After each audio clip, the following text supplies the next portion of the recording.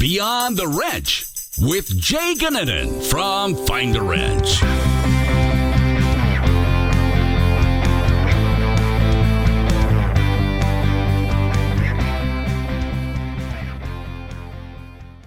On today's episode, I am really happy to have Seth Thorson join me. For those of you that don't know Seth, you're about to learn a lot. Seth has a lot of things going on, very influential in the aftermarket industry and the independent side. But a lot of what we're going to talk about today not only applies to any type of shop, but really any type of business. I think a lot of his background is really helpful to anybody out there running a business. So welcome, Seth. I'm really happy to have you. How you doing? Good. Thanks for having me this morning. Yeah, absolutely. So let's dive into your background first. You've got a pretty fascinating background in all of the stuff that you've got going on. But let's start with how you got into the industry in the first place. When you're growing up in Minnesota, assuming you grew up in Minnesota, right? I did grow up in Minnesota. I moved around a little bit, but I grew up in Minnesota. I was working on snowmobiles and stuff as a kid. My parents said, "Well, you can have a snowmobile if you buy one with your own money." So one thing you can afford as a 14-year-old kid is a pile of garbage that you have to learn how to fix. So, I bought a pile of garbage that I had to learn how to fix. So I got into working on stuff, and I come from a family of engineers. My dad, my brother, they're all engineers. I'm the one that decided to not go the college route, and I went to technical school. So I went to UTI Tech School and got my degree there, graduated towards the top of my class at UTI there. BMW came to me and said, "Hey, we got a program in Florida." I'm a 19-year-old kid at this point. I'm like, "Oh, sure, Florida sounds fun." So moved down to Florida, and 6 or 8 months of school for BMW in Florida. The great thing with the BMW STEP program, you come out almost a BMW Master Tech. Unfortunately, they don't guarantee job placement anywhere near your home. So off to Michigan I went at 20 years old. Started working for a dealership on Michigan. Liked the dealership, learned a lot, did a lot of top troubleshooting, things like that. Ultimately, the dealership life wasn't for me. I left, went to an independent store, loved the independent, learned a lot from the owner that was there. And then somebody in my hometown contacted me. There was a gentleman selling a shop and with a 5 to 7 year transfer plan. And there was an option to come there and buy the shop. So I came back and bought the shop in Minnesota. Completely bottom out in 2012. We took the shop that was doing $500,000 by 2012. We were doing 1.2. By 2021, now we're doing 2.8 out of that store. And then we've added 2 other facilities. So we had one 2 years ago that's now a $1.4, $1.5 million store in 2 years. We had a third one this year, and we have a fourth one coming online. So that's kind of my background in shop ownership. As far as the technical background, I've maintained my BMW technician mindset still. I run a BMW tech support group called LMV Bavarian. We do BMW technical support for about 300 shops all over the country. So they can log on, get one-on-one help support, find quick fixes to BMWs. We do training for them. And we're launching some Tesla training along the same lines. We've been deep into the Tesla repairs in my shop and overall in the market. So the Tesla stuff is coming. I'm a NASDAQ board member, and we're the ones responsible for obviously getting Tesla a table and toolbox and all sorts of things released. So that's my background in 5 minutes or less. Yeah, so just a few things in my life. A couple questions. Where did you come up with the name for that? Which name for the technical line? What's the name of it again? LMV Bavarian, so luxury motor vehicles. Luxury motor vehicles. Yep. And what's the Bavarian part? Because you can't use BMW's name in anything without getting sued. So gotta come up with something. It worked well. My second question is, which UTI campus did you go to? So I went to Chicago. Was it when it was in Glendale Heights? It was in Glendale Heights at that point. Yep. Century had a decent program here in Minnesota, which has gotten much stronger. So we send a lot of kids to Century, which is the local Minnesota program here. But yes, I did go out to UTI. I got one tech from UTI. I got 3 or 4 techs from our local program. We created, me and my wife created the Thorson Endowment Fund. And so we have an adult scholarship at Century right now. Good so we for do you. plug a lot of kids there because we kind of stuck our money where our mouth was and said we believe so much in the technical trades that we're going to fund a scholarship endowment I love that. Love out of that. our company. So What year did you graduate from UTI? I graduated from UTI in 2000. So I was down there at about the same time. I graduated from that same campus in 2000. I guess it was probably a little later. So 2002, I want to say. Okay. So I was down in the Glendale Heights. I think I lived over by Schaumburg and drove over that way. Lived with, I think, 2 or 3 roommates when I was down there, and interesting experience going from small town Wisconsin to that. It was different. That was my same experience, right? I grew up on 25 acres on a small farm, and I milked some cows sometimes. I did all sorts of weird jobs as a kid. But yeah, it was different going down to Chicago. I lived in Arlington Heights. Actually, I worked if you were in Schaumburg, off the main drag there, Gulf Road and Wooddale there. I worked for Woodfield Motorsports. Well, I went to UTI. Cool. Really? Yep. Small world. Did not know any of this prior to this. So that's pretty cool. That's very cool. So as you're growing this business, both businesses really, I mean, you've got now multiple locations of independent shops. You've got the tech line, just a whole bunch of stuff going on. You're very involved with the general aftermarket community as well, and I think getting even more so. It feels like you're really ingrained in kind of the fabric of everything that is the automotive aftermarket. And so the reason, and really what triggered our conversation on the podcast today, was an article that was written about you and your operation. I believe it was the Midwest Auto Care Association, their magazine, that had done a piece on you about your onboarding, right? Yep. Yeah, that we did an onboarding piece because I had taught a class for Beamers, which is independent BMW repair group. I had taught an onboarding class for them. And so then Cherry reached out to me from Milwaukee and said, hey, we want to do an article more in depth on this because we think more people need to see this than just that small group that I had done a presentation for. Yeah. And the funny part about that article is that's been folded open to the title page of that on the desk at my home office for whenever it came out, probably 2-3 months ago.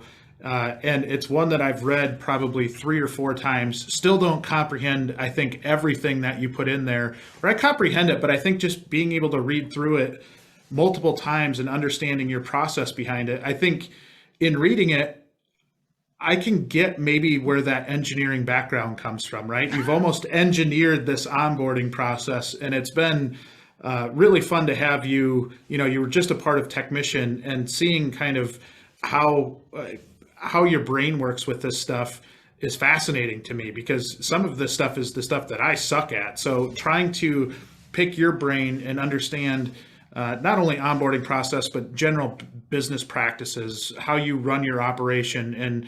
And really, I think you're unique in that regard, because not all independent shops run like you, right? Like I think you run a little bit differently than most. Is that fair to assume?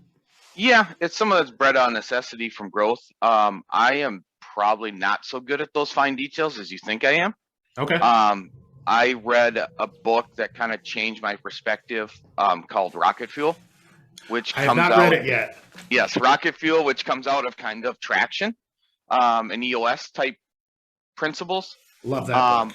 But that really changed our dynamics. I had a really good integrator in my company. I wasn't using him in the right way, and he was one of my managers, and we'd promote him to, run the stores, and we'd butt heads all the time because I do things a different way than he does things, and we were always frustrated with each other. And all of a sudden, I read that book, and I'm like, okay, you got to read this book next, and then we got to sit down and figure this out. And his brain works in a much different way than mine. I'm really, really high on the visionary scale, and so I have ideas, but I fail to implement them. I fail to get the small details done. Where Daniel, who's my COO, he gets things done. He nails them down. I give him, say, hey, here's my dream for this onboarding process. I don't know where to start, but this is what I want done because we're having a problem. And he will go research softwares, and he tested 5 or 6 softwares, and then he'd show me what he tested. And I'm like, well, I don't like that one. I don't like that one. Well, this one might work, and this one's in our budget, and let's try this. And we start building out this process, right? And as we started building the onboarding out, there was a lot of details. And so then it got harder and harder for him to, it basically was a full-time job. And I need him to do $200 an hour work, not $20 an hour work that it takes to build out this micro onboarding. So then we went out and found a college student that was looking for some part-time work and summer jobs. And we hired this college student to work under Daniel, and she knocked out a ton of the onboarding stuff and just started writing modules, and we'd give her the outlines and she'd put them in and we'd check them and cross-check them. And so we started outsourcing some of that work to get the manual done as we saw fit. I mean, we probably went through 3 revisions of this thing, and Really? it's been a process, but it really helps us get people on in the right way. And so walk us through this process a little bit, because in the article, one of the core things that you talk about is the use of a system in order to, and when I say a system, a software, to be able to kind of track this and manage it. Really, did it start with just writing out the processes first, and then you got the software to where you're starting to I don't know, be able to build out the processes in the software, or was it the opposite? Yeah, no, we had a lot of written processes, but we learned that having paper wasn't the best way. And so we had written processes for a long time. I had another manager that worked for me that her big thing was written over verbal communication. So, and she worked for me for a while, and she was great, but her thing was, it has to be written down. And so she helped create things. I find the best people to write the processes are the people that are actually doing the work. Yes. So a lot of times we have them write their process, and we give them a deadline on a time to write it. And then we check it and make sure it meets our vision, and we give it some test time, and then it becomes essentially law. And then we write our digital training off of that. But what we found is, as we're growing, right, our porters, we hire a lot of shop porters, and we treat them probably different than most shops. That we don't call them the shop B word and all the other things that shops call these guys. We make them integral parts of our team. And the problem is our porters continually move up. One of them is on a manager track at 21 years old. He should be one of our next door managers. Another one went to tech school that we paid for tuition. Another one is one of our junior service writers. So the problem is we've lost 3 porters. And so we're backfilling these porters all the time. And we had to come up with a system. Okay, how do you get a porter to a service writer? How do you get a porter to a technician? How do you give them a career path after they do this entry level and go, man, I'm in college, but I really love what I'm doing. Maybe I'm just going to drop out of college and continue doing this. But I have to give them some kind of career path and training.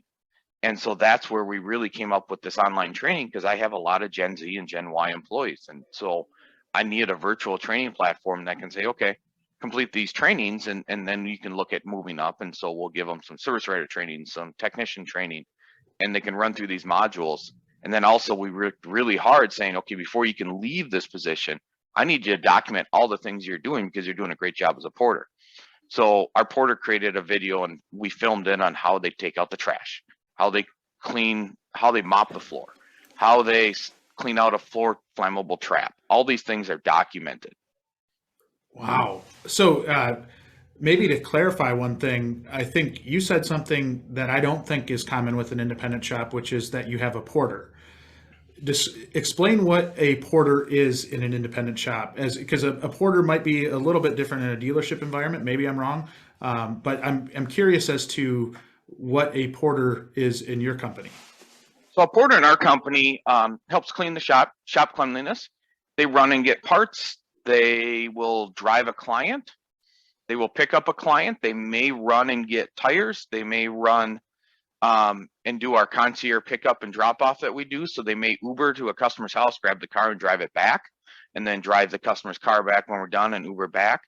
Our porters are drivers / maintenance people, but they will help, maintain some shop equipment. They may test drive a car for a tech. They may clean the shop. They have a list of all sorts of duties, but shop cleanliness is probably one of their biggest things. I love that.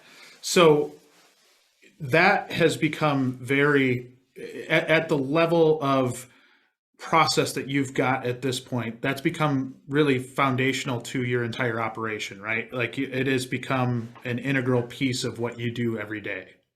Yeah, the porter position has at our big shop. Our smaller shops don't really have a porter. But when you get to a certain size, you generally need that extra person. So, and then they will, if there's something another shop needs run and we have a free porter, they'll coordinate manager to manager to get that person over to that other store if needed. How does a porter know what to do? Is it assigned by a manager, or is it they've got a task list and they've got to finish that task list by the end of the day? So they have a task list, but a lot of it is on the trainual. So when they take trainual, they'll learn what their daily duties are. They'll learn what their weekly duties are. And if they have a question, they can obviously log back in their trainual and take a look at what they're missing. And so to revisit that from earlier in our conversation, Trainual is the software that you're using. You talked about it in pretty great detail in this article that was out with Midwest Auto Care Association. Yep. Explain what Trainual is for those of the folks that are listening that don't know. Sure. So Trainual is just an open platform that allows you to build out your LMS. And when we say LMS stands for Learning Management System. So it's something you're going to see at McDonald's. You're something you're going to see at all these big corporations. We generally don't use it in our industry. I'm probably one of the first that did it. We have a lot of other people that have contacted me. I know probably at least 30 or 40 other shops going down this process, right? Of looking how they implement this and how they get onboarding done in a better way. Some guys use Way We Do, which is another way. Way We Do tends to be more process oriented than training oriented. So Way We Do is more process built. Depends on what you're doing. Our LMS, some of the keys to it, we have a lot of videos in there. We have a lot of gifts that, kids love and the young people love. And, you completed this and the big exploding applause, just things that it makes it engaging to go through it. We don't want a long, boring day. Right. But so that's what our Trainual does. There's other softwares. Trainual seems to be well priced for what our industry needs because it's affordable, it's customizable, but you are going to have to put in some work to do it. I probably say we have thousands of hours into building ours out.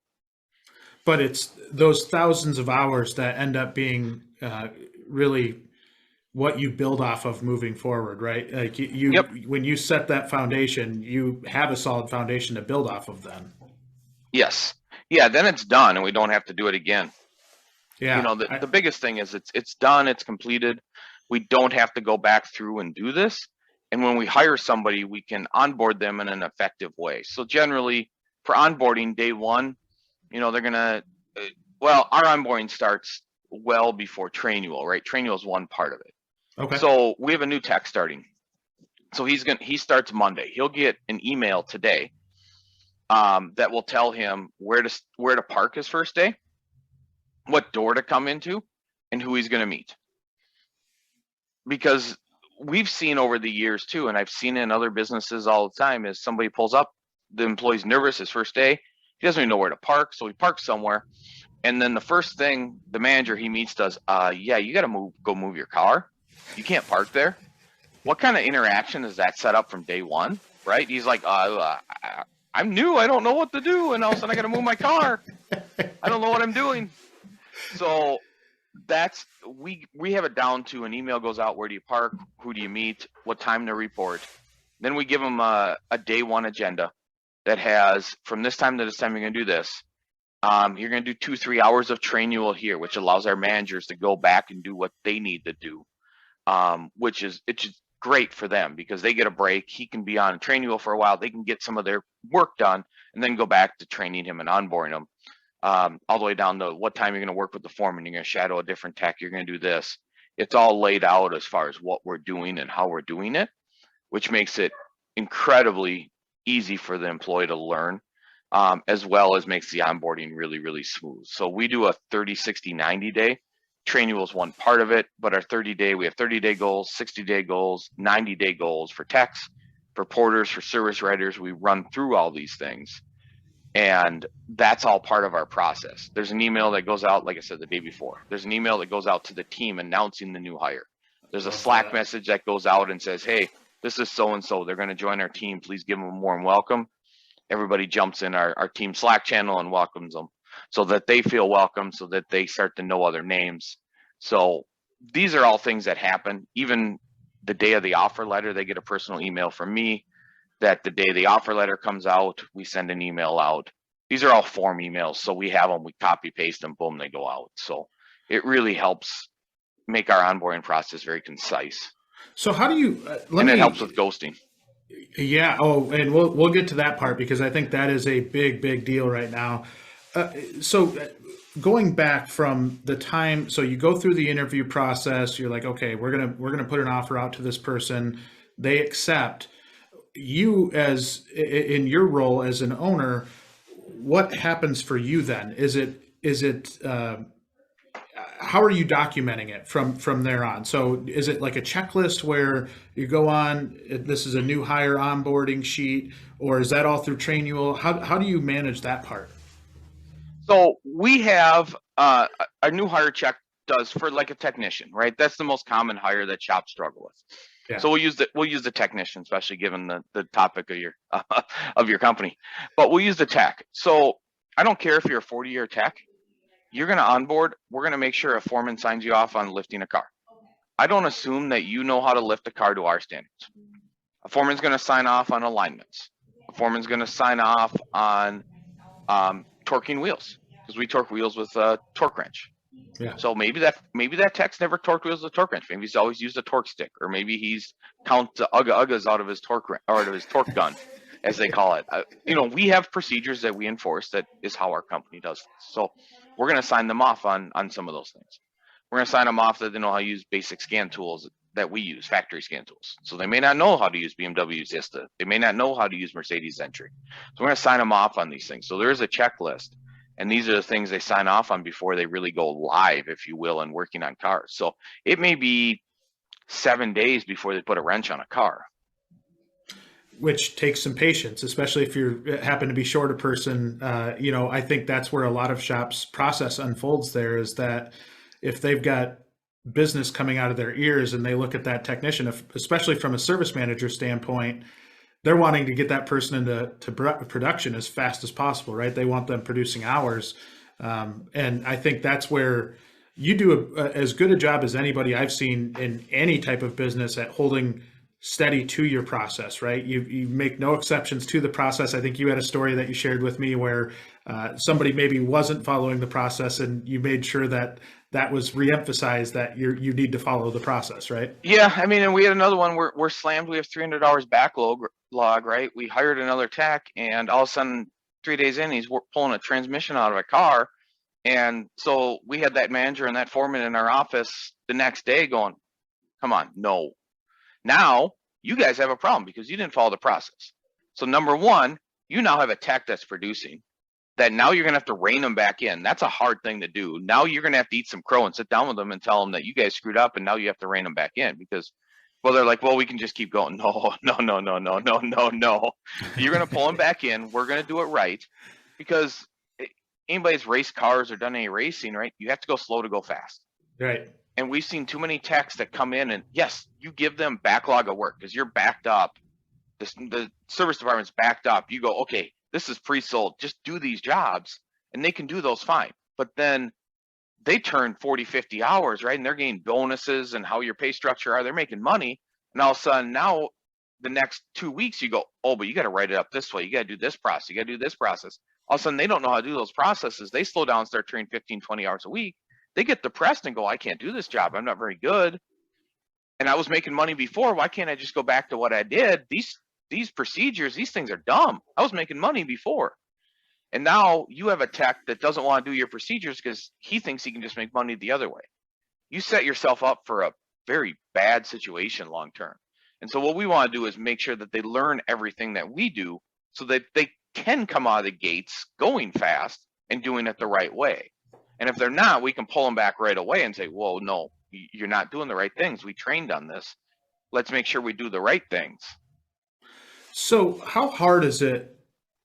And maybe a better question would be, how much of the explanation of the process are you talking, like if you're hiring a veteran technician and you're in that final stages of an interview where you're gonna put an offer letter out, how much have you talked about how that works prior to them accepting the job, right? So like, hey, I know you've been in this for 20 years.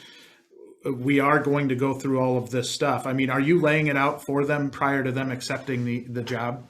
We lay out some of it. It's hard to get how detailed we are with it, but we do lay out some of it. And I mean, Simon Sinek's book, Start With Why, is another great read, right? It is, yes. So, start with the end in mind, but start with why you want to get to the end. So we do explain why we do these things. And we do explain that, look, we know you can probably come in and produce, but we want you to be productive in our system. And there's a reason you're wanting to join our company. So our system generally works and produces great results, but we need you to understand to run our system, it's going to take some time and training. And if they're wanting to go, well, this isn't for me, and they want to bail, then I probably save myself a headache. Right, because they're not going to follow the process regardless after that, right? Like, and they don't believe in what we do and why we do it. They're not a culture fit either then.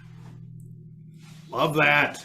Like that part right there is so good. That's solid gold, because that's an area where I think I see a lot of shops not making the correct choices. They're just trying to get as much work out the door as they can and not doing it in a way that creates a good culture and creates, some of the quality control stuff, right? Because when you look at the process and maybe somebody's been doing something the wrong way for a while, that you can do some different things, and maybe they don't fit into they don't fit into what you're doing.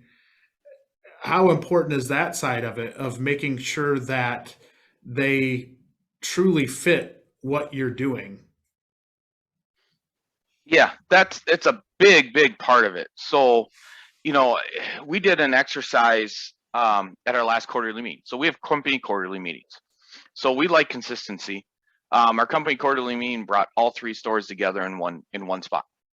We set up 3 cars that our foremen have inspected, and we do what we call a quality control audit. So there's 2 things we do at the quarter 3 meeting. QC audit. Every technician inspects every car.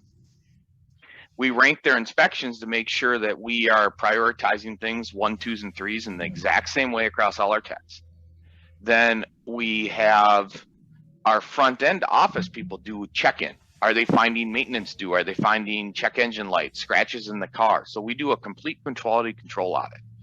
And over the years, these have gone better and better as our training processes have gone better and better. But we hit, even with 3 new technicians at our new store, we hit 90% conformity in our courtesy inspection process during our QC check. Wow. So we started 4 years ago at like 75%. It was like, oh boy, eye opening, right? I think it would be for most shops, right? I think most shops, if they went through the time to do what you're doing, would have that same thing, and it would open their eyes to a lot more than they're looking at right now. And the good thing is, when we put the results on the board, we don't name the techs, but if we had a tech that missed 50% of the items another tech found, all we do is then go to their manager in a separate one-to-one meeting after the quarterly meeting and go, hey, this guy missed a whole bunch of stuff. Please re-inspect his inspections. Let's go through our processes. Let's retrain and make sure we pay some extra attention to this tech. He was way off. And our team wants consistency, because we do have customers that go store to store, right? You wouldn't want a customer getting an inspection at one store and then a whole different inspection at another store. That doesn't breed confidence. So I think the inspection process makes so much sense here to maybe dive into a little bit more, because I think that's an easy one to point to as far as process implementation goes and execution. When you look, how do you walk me through that? How do you check an inspection, right? So is it just a customer's car that comes in, or do you have a shop car that comes in and everybody does the same inspection? So generally what we've done is, since the meeting is at one location, there'll be a car there that a foreman has already inspected. And there'll be a foreman that's already inspected another car at another facility, and a foreman that's inspected a car at another facility, and they'll bring all those cars to one facility. We'll rack them. And then what happens is there's been a baseline inspection done by our foreman, who we consider, An expert. Our expert and our controlled inspection, essentially. Then, because that car came from that shop where other guys might have seen it, they're assigned to a car from a different shop. And the other guys from that shop are assigned to a car from a different shop. And guys are assigned the cars. So they're only really doing one car inspection. This process takes about an hour and a half of our quarterly meeting. So they do one car. And then we rank those results. Then we have a car up front. And we may have pulled a wire so it has a check engine light. And that's our service writer's inspection. Are they starting the car? Are they noting the check engine lights? Are they noting it's due for an oil change by maintenance? Because we can put a sticker up in the dash or set another light off. Are they noticing that, it's got a tire that's low when it comes in? Or, what are our sales staff doing on the check-in to make sure the techs are getting work pre-sold, so the techs have the most work pre-sold before they even have to do their inspection. So we're checking our sales staff consistency. We have a loaner car check-in that our porters are doing, because our porters generally check in our loaner cars. So is the car full of gas? Well, the check-in car isn't. Is there a scratch on the car? Well, we had a loaner car that was returned with a cracked windshield, right? That car is used for that check. Did the porters notice the windshield's cracked? Because that shouldn't have gone out with a cracked windshield. So if it comes back with one, better be noted, right? So these are the things that we're checking all our systems. And so we're looking to make sure that people understand it's important. After that, generally, then we lay out our core values of our company, and this is what we call our culture check that ties into our inspection and our QC process.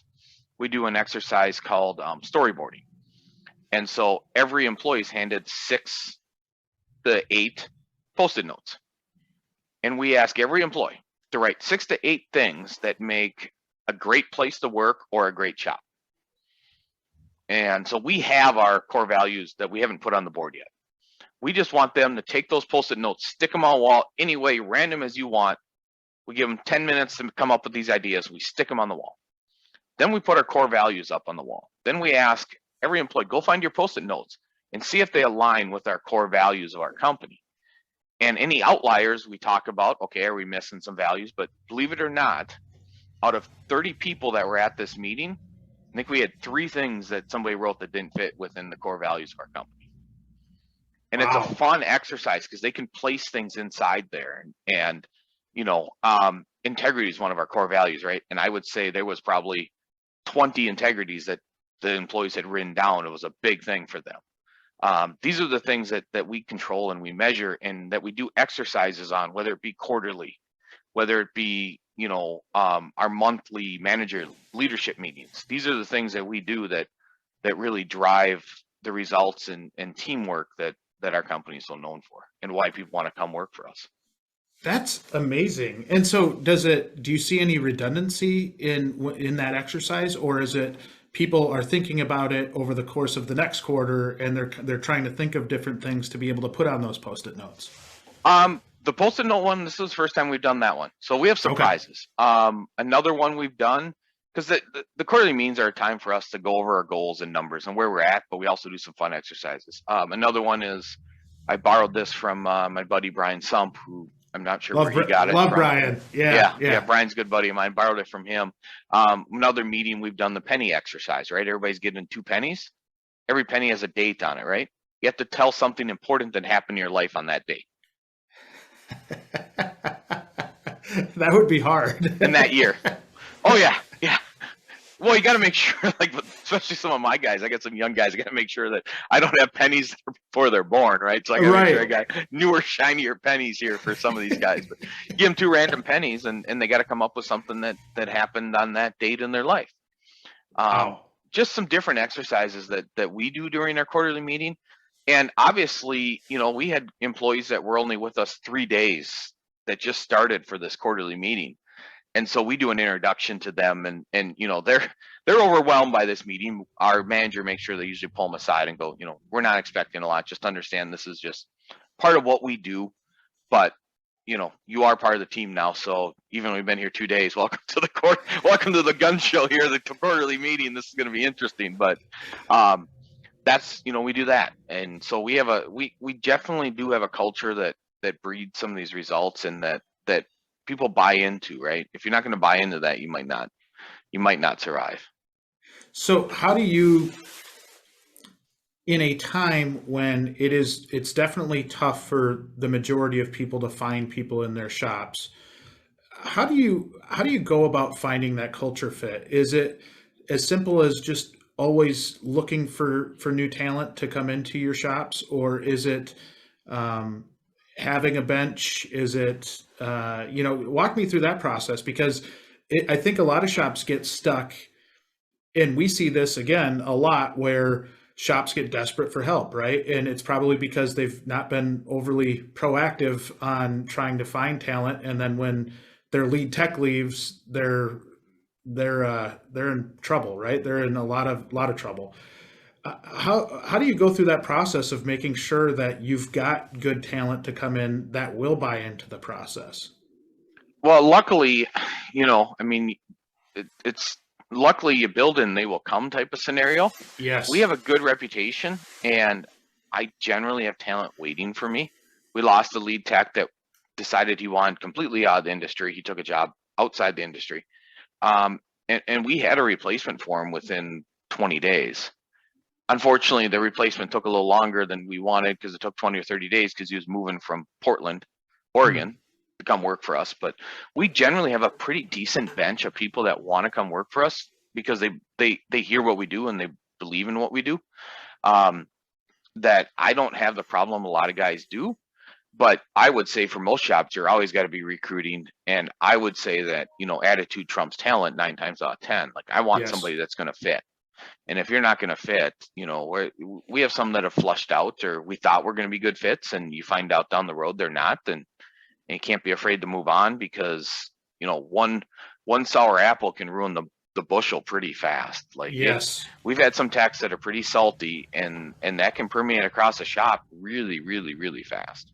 Oh my goodness. It is the worst thing that can happen to a shop. When you get that bad apple in there, it doesn't take long for that attitude to spread. And when you're trying to get buy-in to process, I know at my dad's shop, they at one point had a tech that just didn't want to do inspections, right? And they were in the process, this is a few years back, where they were in the process of going from the traditional paper inspection to a digital inspection. And this individual was a great tech, punch work out like nobody's business, but didn't want to do inspections, that thought that they were trying to rip off customers. And it was just, he wasn't going to change his mind regardless, right? And he ended up leaving as a result. But what they noticed was that when he left, the buy-in to doing the inspections got easier. The buy-in to doing, the general attitude of the shop started to be uplifted. And it wasn't always just pessimism on the front of the technicians. And, he really was a leader in the shop. And when he was leading with that negative attitude, that changed the entire thing, the entire dynamic of that shop, which makes it damn near impossible to implement process or anything else if you've got that. So I think this is my opinion, but that is such a crucial hire from the standpoint of getting buy-in of the shop, because a lot of techs will look to that one person that's kind of the alpha in the shop and what they're doing. And if they're doing it the right way, I think it's easier for everybody else to come along. It is, and that's where and we'll go back to somewhat my onboarding stuff. That's where the onboarding stuff has been so successful, right? If you're not believing in inspections and these things to start with, you're going to go, whoa, this is really dumb. I don't want to do this. And we're going to find out in the onboarding process because it's trained in from the start. And if somebody's really kicking back, then they might not even make the first 90-day probationary period. My staff may go, no, not going to happen. And that's why everybody's hired with a 90-day, probationary period. But we generally bring in, if we're bringing a new tech in, we bring them in generally for a quick working interview. And it doesn't consist of them fixing cars. We want them to do an inspection. We want to see how they work, what their process is. Then we generally have a team lunch. So I'll buy lunch, bring it in, and they sit with the team.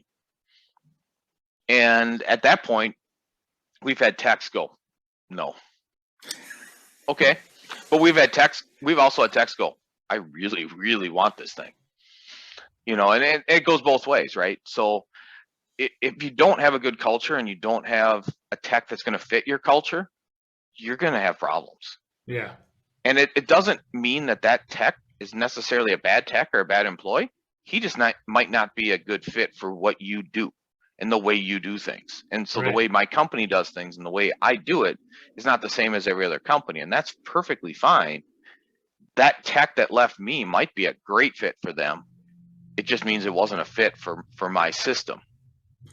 And you're setting the tone immediately, which is what I love. So when you're hiring somebody, they know where your stance is on everything and the way you do things. And even if that's different than how they do things, knowing that, hey, by signing up to work here, you're doing it our way. Like we have to do it this way to maintain that consistency and that consistent customer satisfaction. You mentioned it earlier in the podcast.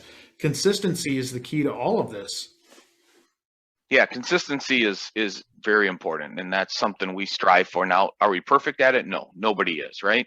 We have our falters. Our onboarding process has our falters where our team goes around it because they are busy and they are under the gun for results, right? I mean, that's any business. They're expected to return results, and they get under the gun and they falter on the process, and that's where it's our job as leaders to step back in and call our other leaders out and go, come on, no. And that's a difficult thing sometimes, right? Because they bring up valid excuses, and you're right, you're busy, you're under the gun, there's work to be done. Do you want a strong month, or do you want your guy onboarded correctly, is what they come back with. And it's like, I understand, but if you're so overwhelmed, reach out to us above, because maybe I can come in and show them the test drive route, or maybe I can come in and help with some onboarding stuff, or maybe Daniel can come cover, the front so that you can help him with the back.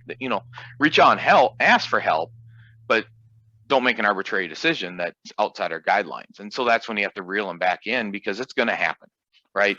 You can have the perfect processes, but if you don't have some accountability to people to make sure they follow it, nothing ends up happening either. What I love about what you just said was your response to that, which was, what can we do to help? Like, okay, if you're overwhelmed, what is it that can we come in and help you out? And I think, one, that shows you're on the same team, right? It's not just saying, hey, get these results and do it my way, but I'm not going to help. Like, if you're offering something like taking a test drive and showing them the route, that could save that person a half an hour that could go towards something else. So I think, being able to keep your ears open as a leader is hugely impactful too, right? And being able to understand, okay, this person is truly overwhelmed. We need to help them out. Are you able to kind of quickly identify those times when somebody's like, you're like, yeah, that person is flat out just overwhelmed? I'm not, because I'm not as day-to-day involved. Daniel sometimes can. He's my COO, and he will sometimes pick up on it. But it's really trying to tell our team guys, hey, reach out if you need something. Like, reach out and tell us, because we don't know. We assume you're okay unless you tell us otherwise. So, sometimes they're too proud to, and sometimes we just got to keep reminding them, like, look, okay, reach out. Like, we have a short test drive route and a long test drive route at every store. We train a test drive route because if a tech doesn't return, we know where to find them. There's two routes. We know where we're going to find that broken down car in the tech. Maybe he forgot his cell phone. Maybe it's a dead spot, or maybe there's a car accident. We don't know. If a tech doesn't come back, we want them on two different routes. We want to know where to find them. And if they have to deviate from that route because we have to run a certain test, then they just usually inform us, hey, I got to run the freeway. And we know where they're generally going to be at if they run the freeway. But sure, we have a short and a long test drive route. And that's something like, if my shop foreman's overwhelmed, hey, I could have done that for you. Let's not skip the onboarding process to do that. Right. Yeah. You don't want to skip that process, because that's going to result in more long-term pain as a whole. I completely agree with that. Now, how long have you been in your shop ownership role? Like, so in owning a shop, when did you start the first one, or when did you take over the first one? Sure. I came about 2005, 2006 as the manager of the shop. So, and then I completely bottomed out end of 2012, where I was running everything from then. So I've fully been 100% owner of the shop since 2012. So from there, how did you start to get these kind of tentacles into the business, right? To kind of put your own spin on this, or was it already a shop that was kind of fully bought into this stuff, or was it something where you had to transition them to really understand that process was going to be important to you? Our process is pretty important just because we've learned over the years that it's too hard to do things without it. And, just if you verbalize something and it doesn't happen, then you're frustrated that you thought they heard you, but they didn't really hear you. And so our process has evolved from frustrations of not getting results and frustrations of both parties. And then you're just having wars internally that nobody understands why they're mad at each other, right? It's like, it's like the holy wars that happen across the world that nobody even knows why they're the Hatfield McCoys, right? You read the books at the end. Nobody knows why they're even mad at each other 3 generations down the road, but they're still mad at each other. And that can happen internal in the shop, right? You don't even know why you're mad at each other, and you're still mad at each other, and you're like, why are we mad at each other again? Right. Well, you said that. Oh, okay. Well, now, so that's where we came. That's where my other manager said, okay, now we're going to verbal or written over verbal communication always. It's not written down. It doesn't matter. It never happened. And so that's where we really started working on through stuff. Did that happen before you took over ownership or after? That happened after. After. Because the previous owner, we just kind of did things and we got things done, and he ran an old school shop and he knew where everything. So John Maxwell's law of the lid. Yep. Very, very critical thing. His law of lid of leadership was knowing every car in the shop at every single moment. So he only allowed the shop to grow as big as he could control. Which you put a big cap on it. Yeah. Yeah. And it drove him absolutely nuts that I couldn't tell him every car in the shop what everything was going on as we started growing. It drove him nuts. And that's fine. There's nothing wrong. He did a very good job, ran a very good business. He taught me a lot. He would find every penny in accounting. The guy was an accounting genius, right? Which is something I didn't know anything about. I learned so much from him. But there's some things he did well and there's some things he didn't do well. So as you're looking at this and you see the need for process and everything from onboarding to how you're doing your daily tasks, your daily routines, was there any initial kind of pushback from your team when you started implementing this, or was it to get the culture to where it's at today? How much of a struggle was it, or maybe it wasn't a struggle to get complete buy-in of that initial shop? That's going to be a struggle. I would say probably 1 out of the initial 7 or 8 people I had are now with the company. Okay. So there is a change. If you want to make a wholesale change, will probably cost you some people, and you have to be very willing to do that. I got a couple friends that have gone through the same process, right? Like you're going to have the people that are entrenched in the old way of doing things, and they're not going to want to change. The saying it's hard to teach an old dog new tricks is relatively true when you have somebody that's entrenched. And if you want to make a wholesale change within your company, it's probably going to cost you some people. I have a couple people that made through the change and a couple people that never bought in, and that roadblock had to go. I mean, it's unfortunate. I never like to lose people. In fact, we generally hate firing people. Most people self-select out now. Right. But before that, we did have to get rid of some people to get the changes that we wanted.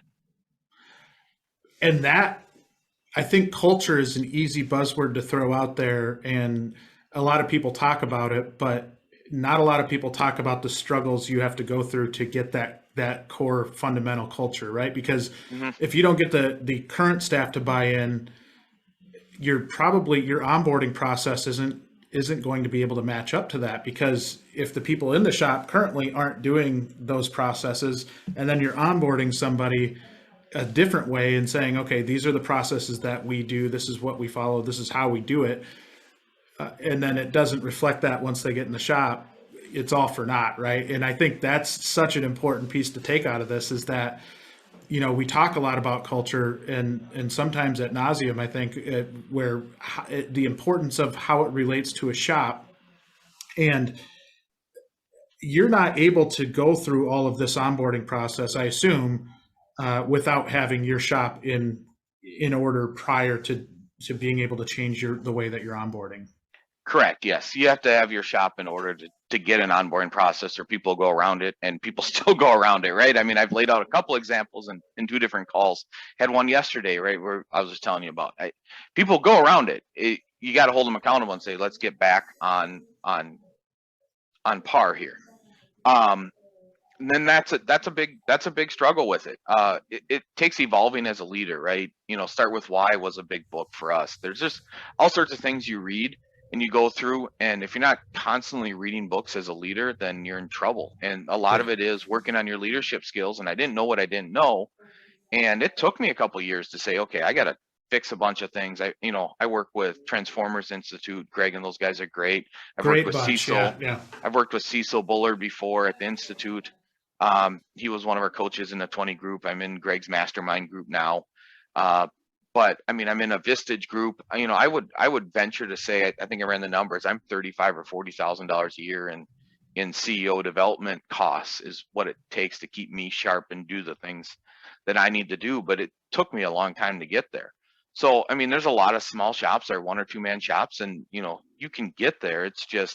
It's tough to make the initial change, and the initial change starts with you and getting your stuff together and making sure that you can push your beliefs and what your vision is out to your company. And if you can't get your vision going, that's a problem. I was listening to a John Maxwell podcast, and there is no vision without the right team, right? There is no vision without money either. He says those 2 words a lot.